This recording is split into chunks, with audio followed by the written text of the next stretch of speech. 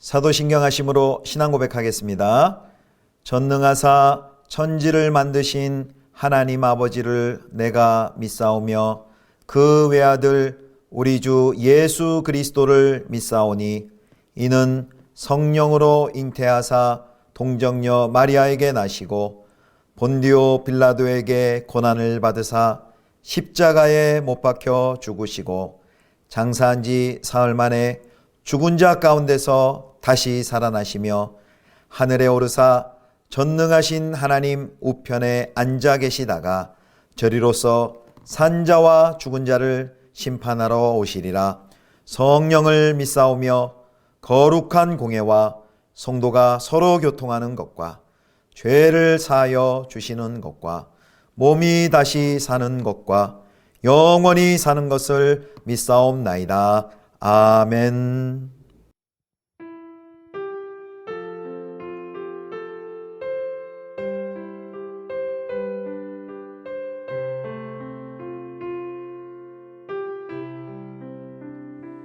내 평생에 가는 길 순탄하여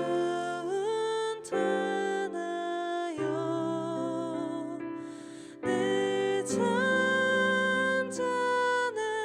강 같든지 큰 풍파로 무섭고 어렵든지 나의 영혼은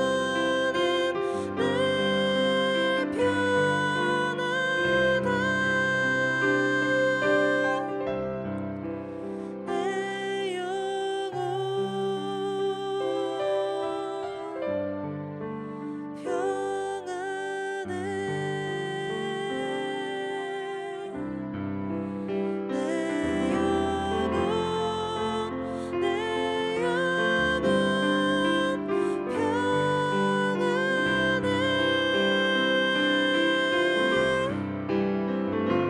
내 지은 죄 주홍빛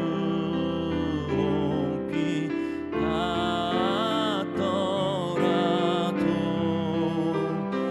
주 예수께 다 아뢰며 그 십자가 피로써 다시 세상 흰 눈보다도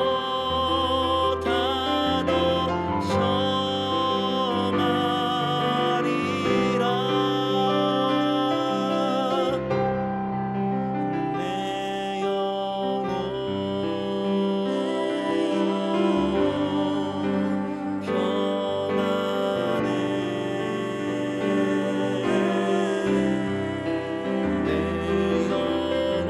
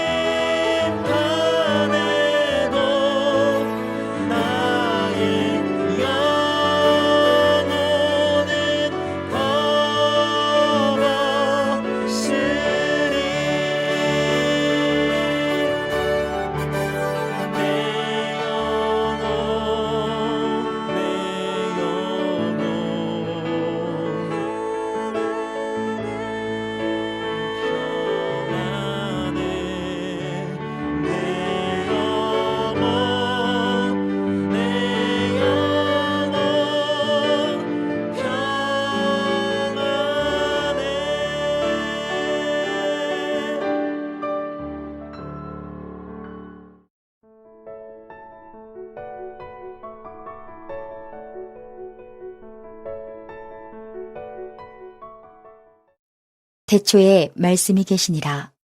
이 말씀이 하나님과 함께 계셨으니 이 말씀은 곧 하나님이시니라. 그가 태초에 하나님과 함께 계셨고 만물이 그로 말미암아 지은 바 되었으니 지은 것이 하나도 그가 없이는 된 것이 없느니라. 그 안에 생명이 있었으니 이 생명은 사람들의 빛이라. 빛이 어둠에 비치되 어둠이 깨닫지 못하더라. 하나님께로부터 보내심을 받은 사람이 있으니 그의 이름은 요한이라. 그가 증언하러 왔으니 곧 빛에 대하여 증언하고 모든 사람이 자기로 말미암아 믿게 하려 함이라. 그는 이 빛이 아니요 이 빛에 대하여 증언하러 온 자라. 성도 여러분, 2022년 새해 첫날 아침입니다. 새해 복 많이 받으십시오. 올 한 해도 주님 안에서 하나님의 은혜와 평강이 우리 성도님들 가정에 가득히 넘쳐나기를 축원합니다. 매일 성경 새해 첫 본문은 요한복음입니다. 1월과 2월 요한복음 본문을 함께 묵상할 텐데요. 오늘은 그 첫 시간으로 요한복음을 잠깐 개관하고 오늘 본문 말씀 1장 1절에서 8절까지의 말씀을 보겠습니다. 오늘 말씀의 제목은 말씀이신 예수님이 성육신 하심이라고 잡아봤습니다. 저는 이 요한복음을 생각할 때마다요, 제가 경험했던 한 가지 에피소드가 생각납니다. 2006년이니까 뭐 벌써 한 16년 되어가는 것 같습니다. 제가 밴쿠버에서 유학할 때 그 한인 학생들, 청년들을 지도했었는데요. 하루는 그 청년들과 함께 요한복음을 쭉 같이 읽었습니다. 그 다음에 이제 요한복음을 설명을 해야 되는데요. 1장 설명을 하려고 하는데 이 요한복음의 말씀들이 너무 크고 너무 어렵게 느껴지는 겁니다. 태초에 말씀이 계시니라. 또 이 말씀이 하나님과 함께 계셨으니 이 말씀은 하나님이시라. 와, 과연 태초가 뭔지, 그리고 또 말씀이 하나님과 함께 계셨다는 것은 뭔지, 이 말씀이 곧 하나님이시다 라는 것은 무슨 뜻인지 그날따라 너무 그 말씀이 어렵게 느껴지고 너무 깊고 너무 어마어마하게 느껴지는 겁니다. 그래서 제가 그 청년들한테 솔직히 말했어요. 야, 나 솔직히 이 말씀이 무슨 뜻인지 모르겠다. 너무 말씀이 크다. 이 무슨 뜻일지 잘 모르겠다. 이렇게 솔직히 얘기를 했더니요. 그때 청년들이 에이, 목사님이 되면서 그것도 몰라요 하고 이제 저를 놀렸던 기억이 있습니다. 이런 요한복음에 관한 말씀이 있어요. 요한복음은 어린이가 물장구를 치면서 놀 만큼 얕은 물이 되기도 하지만 코끼리가 빠질 만큼 웅덩이도 된다.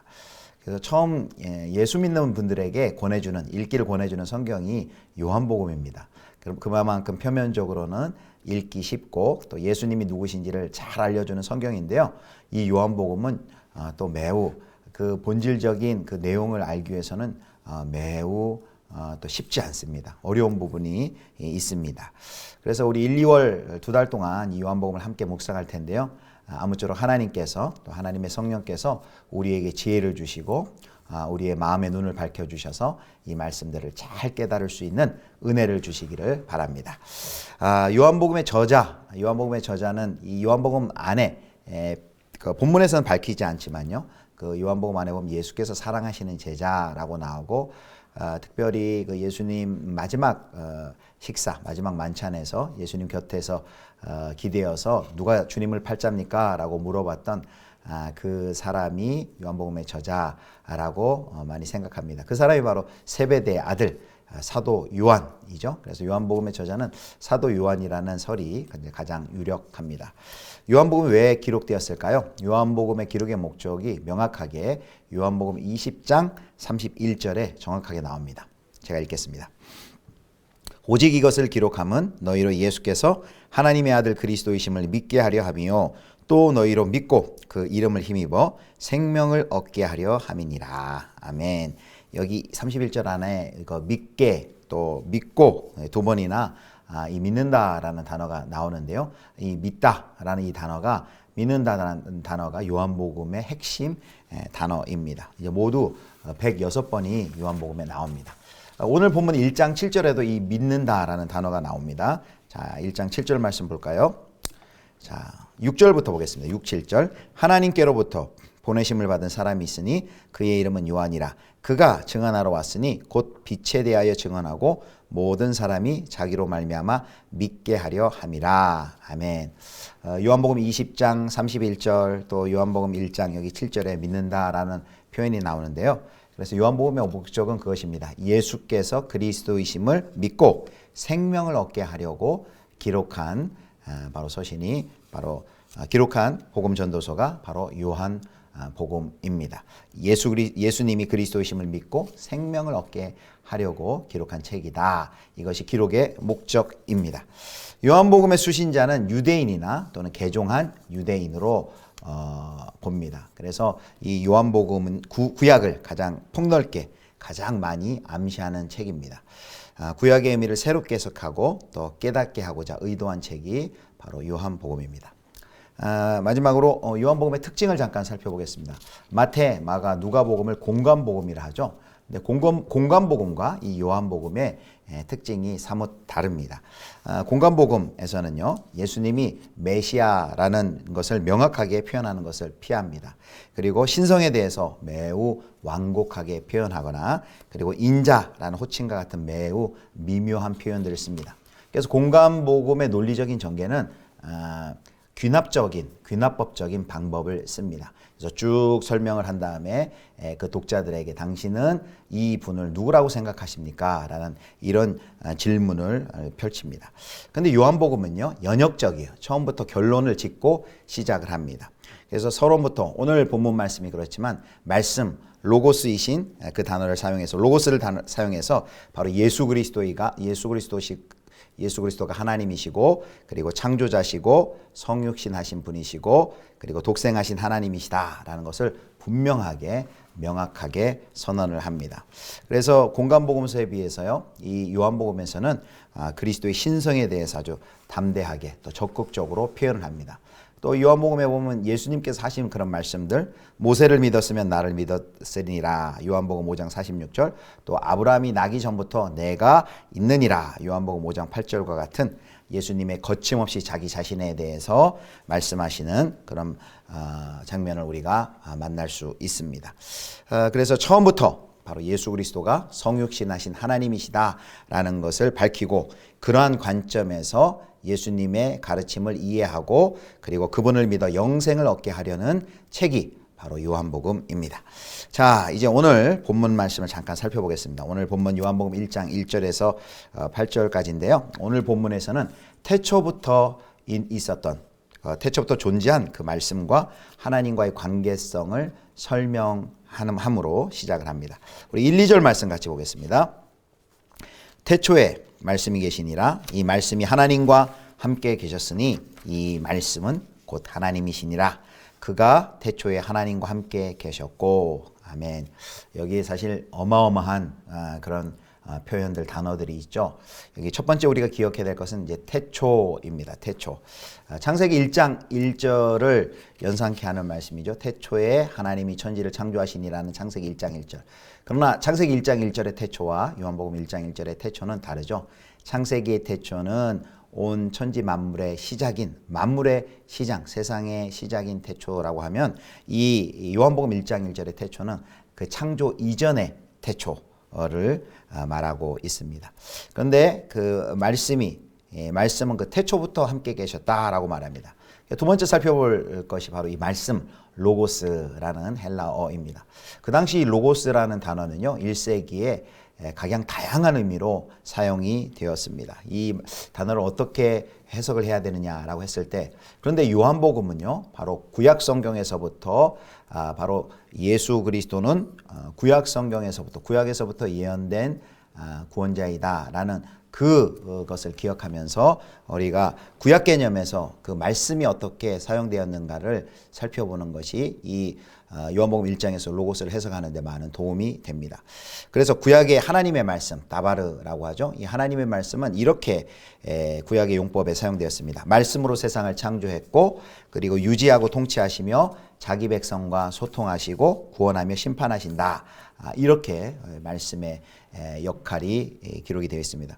그래서 바로 예수님께서는 하나님과 함께 하시는 분으로 세상에 대해서 바로 방금 이야기한 이러한 일들, 이러한 사역을 하신다는 의미입니다. 이제 세 번째로 1, 2절에서 또 살펴볼 것은 이 말씀이 태초에 하나님과 함께 계셨다라는 표현입니다. 그래서 예수님은 성부 하나님과 존재적으로는 구분이 되지만 같은 하나님, 같은 신으로서 성부 하나님을 드러내는 존재라는 뜻입니다.